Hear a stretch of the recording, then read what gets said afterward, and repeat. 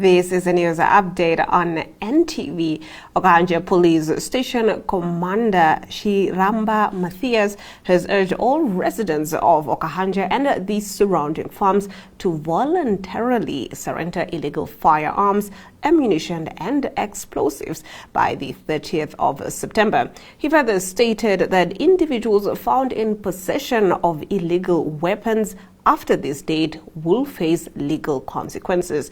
This appeal follows the official launch of African Amnesty Month by the Ministry of Home Affairs, Immigration, Safety and Security, which took place in Windhoek on the 29th of August. Here is the police station Commander Tjarimba Mathais.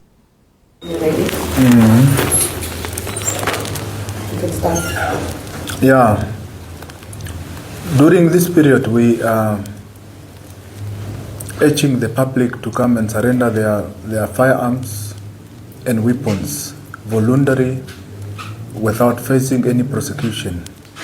This is an exercise which is being conducted in the whole Africa, and in Namibia it was officially launched by the Minister of Home Affairs, Immigration, Safety and Security, together with the Inspector General of the Namibian Police.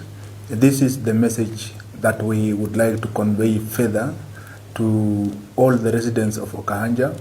Today, our target was to meet the Farmers Association or the people who are in groups, such as the farmers, the business people, the church leaders, the traditional leaders.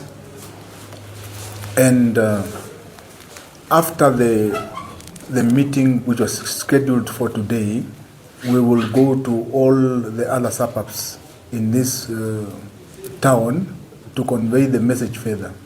As I indicated earlier, that the launch was already done by the minister. However, it remains our responsibility to convey this message further.